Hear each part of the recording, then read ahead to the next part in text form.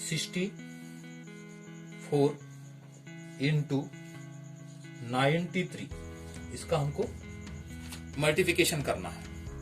64 into 93 का हमें multiplication करना है, और हमें अपने तरीके से करने को आता है, लेकिन हम अलग तरीके से करेंगे। हम क्या करेंगे, इसका और इसका मल्टीप्लिकेशन यहाँ पे करेंगे, मतलब 4 और 3 का मल्टीप्लिकेशन कितना होता है 12, हम यहाँ पे 12 लिखेंगे, इस तरह से लिखेंगे। और इस तरह से 6 और 9 कितना होता है 54 होता है, हम यहाँ पे लिखेंगे इस तरह से। हो गया। अब क्या करेंगे, हमने क्या किया, ये सबसे लास्ट डिजिट का मल्टीप्लिकेशन हमने यहाँ पे लिख दिया, और इस इधर के लास्ट डिजिट का मल्टीप्लिकेशन हमने यहाँ पे लिख दिया। उसके बाद क्या करना है, उसके बाद हमको बस बहुत इतना कर दिया, आपका 50% काम हो गया। उसके बाद हम क्या करेंगे, एक डिजिट को छोड़ के, मतलब इस डिजिट को छोड़ के हम क्या करेंगे, इसका क्रॉस मल्टीप्लिकेशन करेंगे। ऐसा क्रॉस, मतलब इस तरह से क्रॉस करेंगे, इस तरह से क्रॉस करेंगे तो कितना होगा, ये हो गया 6 इंटू 3 कितना हो गया, ये हो गया 18। और इस तरह से क्रॉस करेंगे, तो कितना होगा, ये होगा 9 चौ 36, मतलब 9 इंटू 4 कितना हो गया, 9 इंटू 4 36 हो गया। वो हम यहाँ पे लिख देंगे, हम इसके बेरीज ही कर देंगे तो कितना होता है ये, चलो हम लिख देते हैं यहाँ पे। ये हो गया 18, मैंने ऐसा क्रॉस कर दिया, इस तरह से क्रॉस किया और ये इस तरह से क्रॉस कर दिया, तो कितना हो गया, ये 6 3 जा कितना होता है 18 होता है, और 9 4 जा कितना होता है 36 होता है। मैंने यहाँ पे लिख दिया उसके नीचे और खत्म, बस एडिशन करना खत्म हो गया। अभी एडिशन कर लीजिए तो कितना बचा, यहाँ पे 2 का मतलब 2 ही आएगा, 8 और 6 और ये 7 कितना होता है, ये 15 होता है, 15 के 5 आता है, और ये 1 कैरी हो गया। ये 4 और 3 कितना हो गया 7 8 और 9, ये 9 बन गया, और ये 5 के 5, मतलब इसका मल्टीप्लिकेशन कितना आ रहा, इतना आ रहा। तो बहुत है ना आसान दोस्तों, बहुत अजीब सी टेक्निक्स है ये, और आप इसे अजीब से टेक्निक से ही सॉल्व कर सकते हैं। और एक दूसरा एग्जांपल से और समझने की कोशिश करेंगे हम।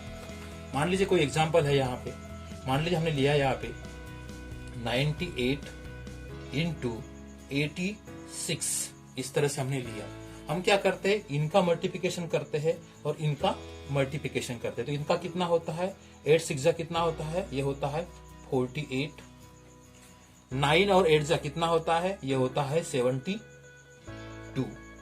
ये होता है 72। हम पहले डिजिट को छोड़ देते हैं, पहले डिजिट को छोड़कर हम उसका क्रॉस कर देते हैं।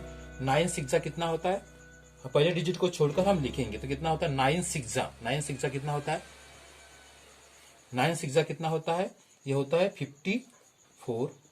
एक बार हमने ऐसा क्रॉस कर दिया, इस तरह से हमने क्रॉस कर दिया। अभी हम इस तरह से क्रॉस करेंगे, वो भी यहाँ पे लिखेंगे, तो 8 इंटू 8 से कितना होता है, ये होता है 64। और हम इसका मल्टीप्लिकेशन कर देंगे दोस्तों, बस आधा काम तो हो चुका है, बस मल्टीप्लिकेशन किया तो हमारा 100% काम हो जाएगा। ये हो जाएगा, कितना हो जाएगा, ये 8 के 8 हम वैसे ही लिख देंगे। ये हो गया 4, ये 4 और ये 4 कितना हो गया, ये 12 हो गए, और ये 1 कैरी आ गया। ये 6 और ये 5 और ये 6 कितना हो गया 12 हो गया, 12 और 2 कितना हो गया, ये हो गया 14 के 4, 1 कैरी हो गया, कितना हो गया, 7 + 1 8 हो गया। तो इस तरह से दोस्तों, इस तरह से ये आंसर आ गया, है ना दोस्तों, गजब की टेक्निक। उम्मीद करता हूँ आप इस तरह से किसी भी नंबर का, जो भी 2 डिजिट नंबर्स होते हैं, उसका आप मल्टीप्लिकेशन आसान तरीके से कर सकते हैं। और एक दूसरा एग्जांपल मैं आपको देता हूँ।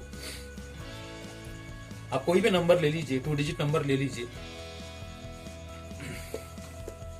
एग्जांपल लिया हमने, मान लीजिए यहाँ पे लिया मैंने 46, और दूसरा एग्जांपल लिया मैंने, मान लीजिए 78 कर दिया, और इसका हमको मल्टीप्लिकेशन करना है। तो हम कैसे करेंगे, तो यहाँ पे हम इसका मल्टीप्लिकेशन करेंगे और यहाँ पे हम इसका करेंगे, तो कितना होगा 8 6 जा कितना होता है, ये होता है 48 हो गया।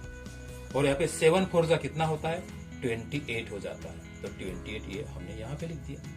उसके बाद क्या करते हैं, हम एक डिजिट को छोड़ देते हैं और उसका क्रॉस कर देते हैं, हम इस तरह से क्रॉस कर देते हैं और इस तरह से इसको क्रॉस कर देते हैं, तो 8 4 जा कितना होता है 32 होता है, 32 हमने यहाँ पे लिख दिया।